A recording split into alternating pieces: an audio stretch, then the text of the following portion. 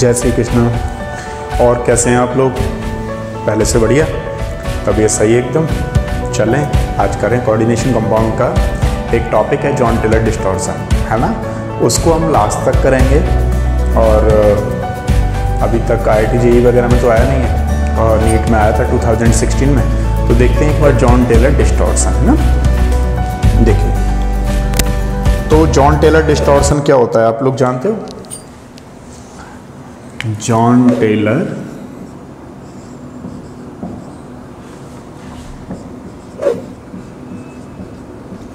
Distortion,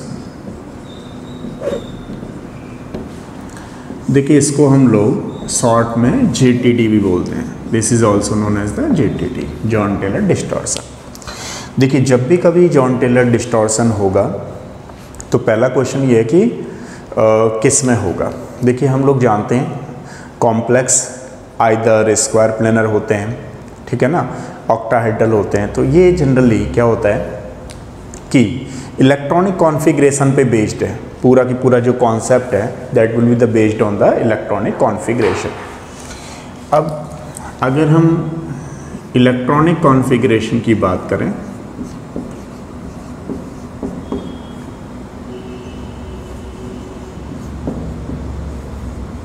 ठीक है ना, तो इलेक्ट्रॉनिक कॉन्फ़िगरेशन में आपको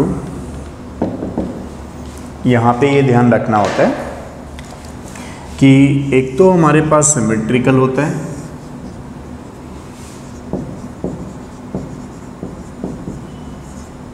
सिमेट्रिकल है ना,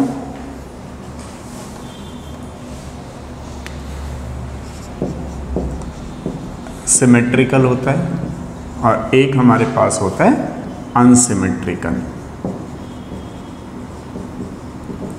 इलेक्ट्रॉनिक कॉन्फ़िगरेशन, ठीक है, अनसिमेट्रिकल इलेक्ट्रॉनिक कॉन्फ़िगरेशन।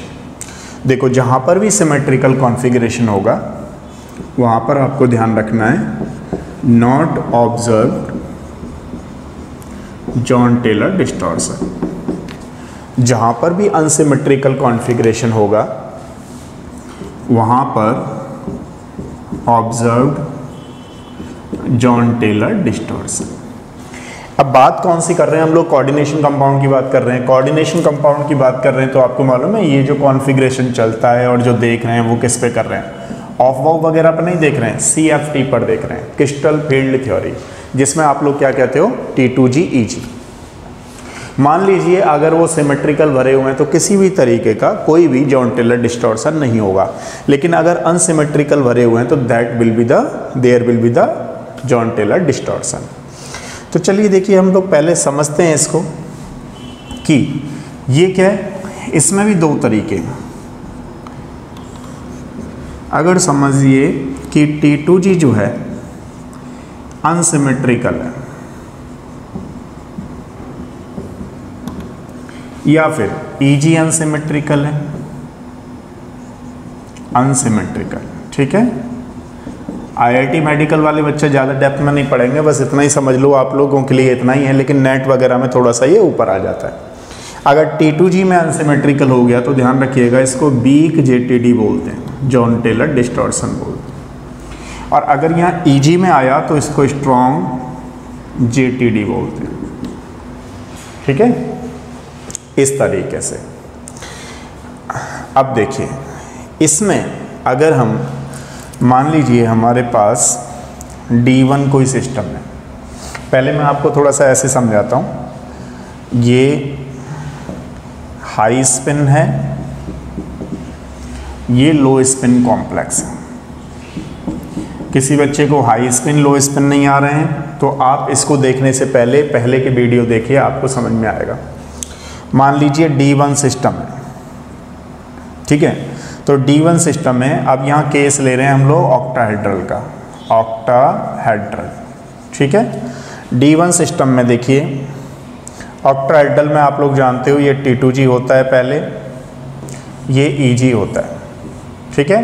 तो T2G में एक इलेक्ट्रॉन गया, यानी कि यहाँ पर जॉन टेलर डिस्टॉर्शन ऑब्जर्व किया जाएगा, लेकिन कैसा वाला? वीक वाला। अब देखिए लो स्पिन की बात भी कर लेते हैं साथ के साथ। इसमें लो स्पिन में बस स्ट्रॉन्ग लिगेंड आता है, पेयरिंग हो जाती है, आप लोग जानते हो। यहाँ पर भी ऑब्जर्व किया जाएगा, JTD होगा। अब D2 सिस्टम की अगर हम बात करें तो देखो D2 सिस्टम में क्या हुआ, यहाँ पे 2 इलेक्ट्रॉन आ जाएंगे, हाई स्पिन है, ठीक है। तो यहाँ होगा D2 सिस्टम में, यहाँ भी होगा। समझ रहे हो आप लोग मेरी बात? Unsymmetrical configuration. D3 सिस्टम में हाई स्पिन का मतलब है वीक लिगेंड, तो D3 में हमने इसको ऐसे कर दिया। अब देखो क्या हुआ, ये सिमेट्रिकल हो गया, ये जो कॉन्फ़िगरेशन है ना वो सिमेट्रिकल हो गया, तो जॉन टेलर डिस्टॉर्शन ऑब्जर्व नहीं किया जाएगा, इसमें भी ऑब्जर्व नहीं किया जाएगा, ठीक है, इसमें ऑब्जर्व किया जाएगा। अब D4 सिस्टम में,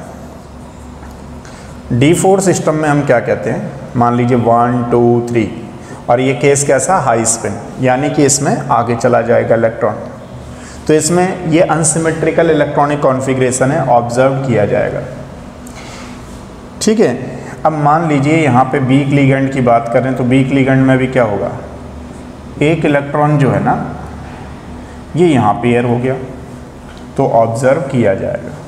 तो हमने क्या देखा कि जहाँ पर सिमेट्रिकल इलेक्ट्रॉनिक कॉन्फ़िगरेशन है वहाँ पर नहीं ऑब्जर्व किया जाएगा, जहाँ पर अनसिमेट्रिकल आ जाएगा वहाँ पर ये ऑब्जर्व किया जाएगा। अभी मैं आपको और समझाता हूँ इसके अलावा। जैसे मानिए यहाँ पर हमारे पास D5 सिस्टम है, ये हाई स्पिन कॉम्प्लेक्स है, ये लो स्पिन कॉम्प्लेक्स है।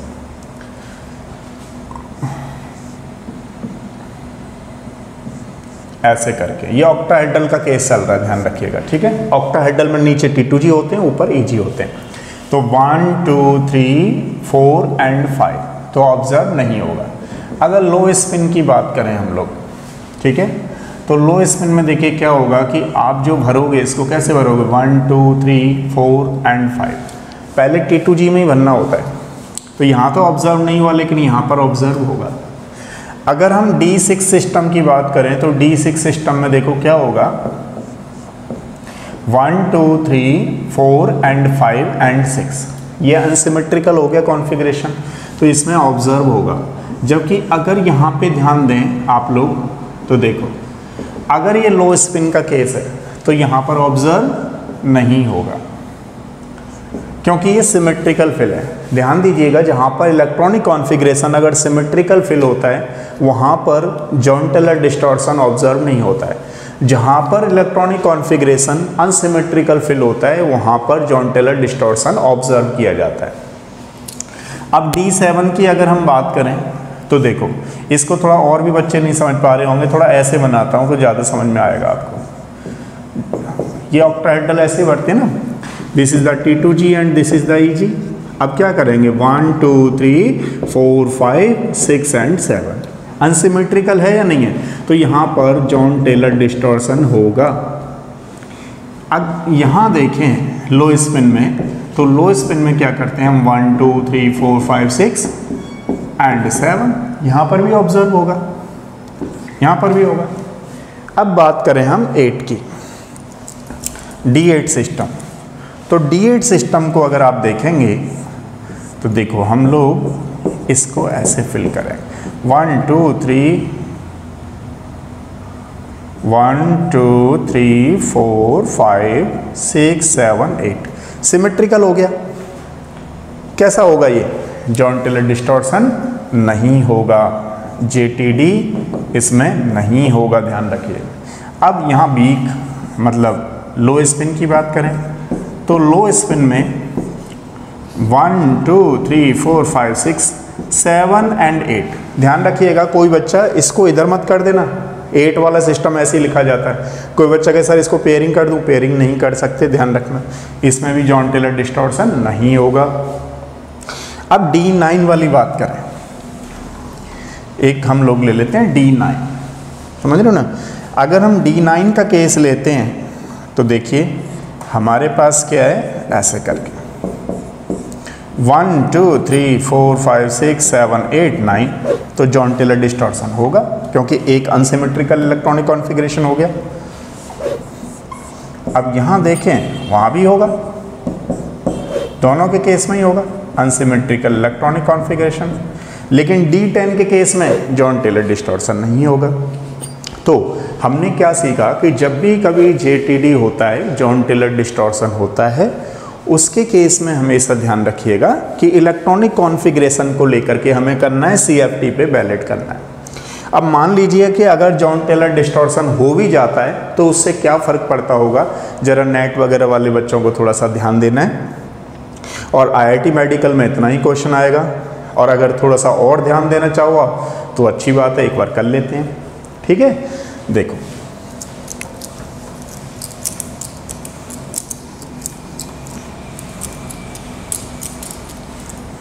अगर कहीं पर कॉन्फ़िगरेशन मान लीजिए सिमेट्रिकल होता, मतलब इलेक्ट्रॉनिक कॉन्फ़िगरेशन अगर सिमेट्रिकल होगा तो वहाँ पर किसी भी तरीके का कोई effect Jahn Teller distortion observe नहीं किया जाएगा।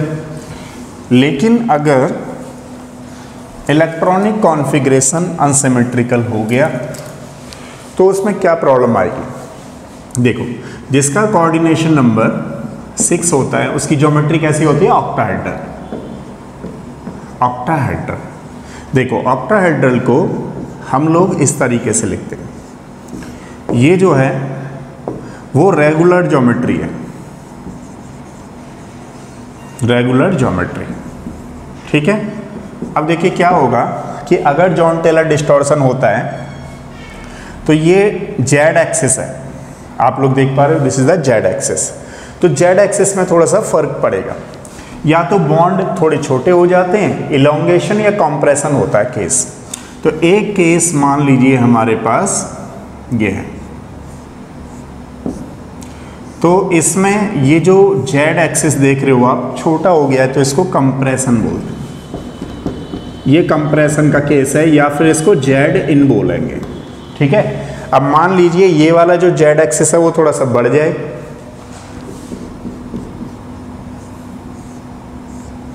ये आफ्टर JTD के बाद होता है केस। ठीक है, अब हमारे पास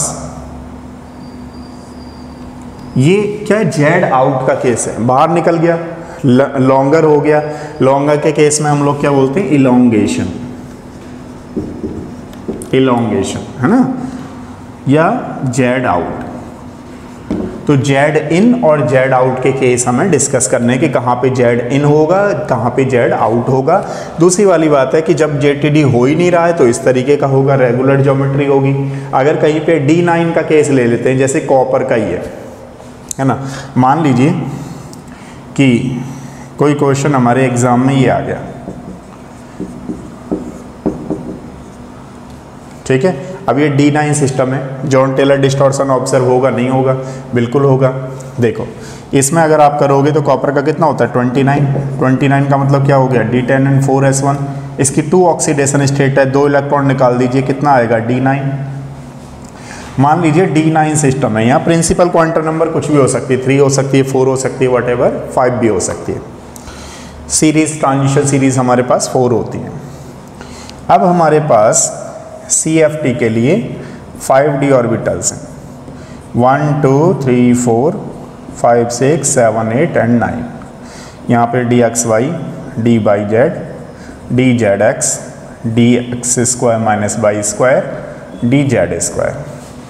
थोड़ा सा एनर्जी देंगे इस तरीके से 5। ठीक है,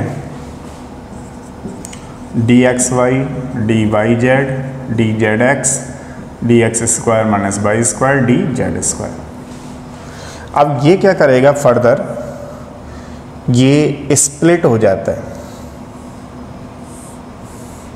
आप लोग जानते हो this is the T2G set, this is the EG।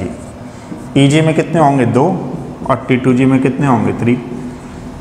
dxy, dyz, dzx, और यहाँ पे क्या है dx square minus Y square, dz square.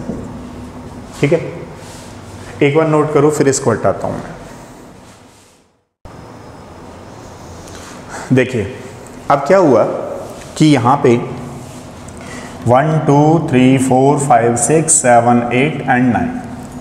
अब आप लोग ध्यान से, आपको क्या देखना है कि ये 2 इलेक्ट्रॉन इसमें जाते हैं तो कौन सा इलोंगेशन का होगा, कंप्रेशन का केस होगा। अब देखो क्या है कि ये डी एक्स वाई है, ये जेड एक्सिस है, ठीक है, ये एक्स वाई एक्सिस है। तो एक्स वाई एक्सिस में हमने 2 इलेक्ट्रॉन रख रखे हैं। अब ये 2 इलेक्ट्रॉन्स रख रखे हैं, तो ये मेटल है, ये लीगेंड है। यहाँ पे हमने क्या है 2 इलेक्ट्रॉन्स रख रखे हैं, ये यहाँ केस होगा। और यहाँ पे जेड एक्सिस में मान लीजिए 1 रख रखा है।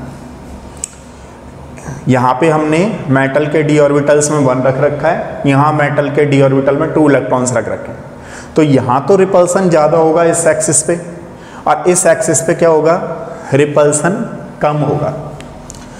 तो अगर हम केस देखें कि हमारे पास सपोज करिए जेड एक्सिस का केस है, किसका केस है अपने पास, जेड में 1 इलेक्ट्रॉन आ रहा है। तो 1 इलेक्ट्रॉन आ रहा है और डी एक्स स्क्वायर में 2 इलेक्ट्रॉन्स आ रहे हैं, तो रिपल्सन ज़्यादा होगा। अब रिपल्सन ज़्यादा होने की वजह से इसका जो एनर्जी लेवल है वो थोड़ा सा ऊपर चला जाएगा। तो देखो इसको फर्दर स्प्लिट हो जाएगी 2 में, ये जो हैं वो फर्दर स्प्लिट हो गए, और ये जो है यहाँ पे जहाँ पे भी डी एक्स वाई होगा उसकी एनर्जी लेवल थोड़ा सा ऊपर चला जाता है। इसको मैं ऐसे समझाता हूँ आपको।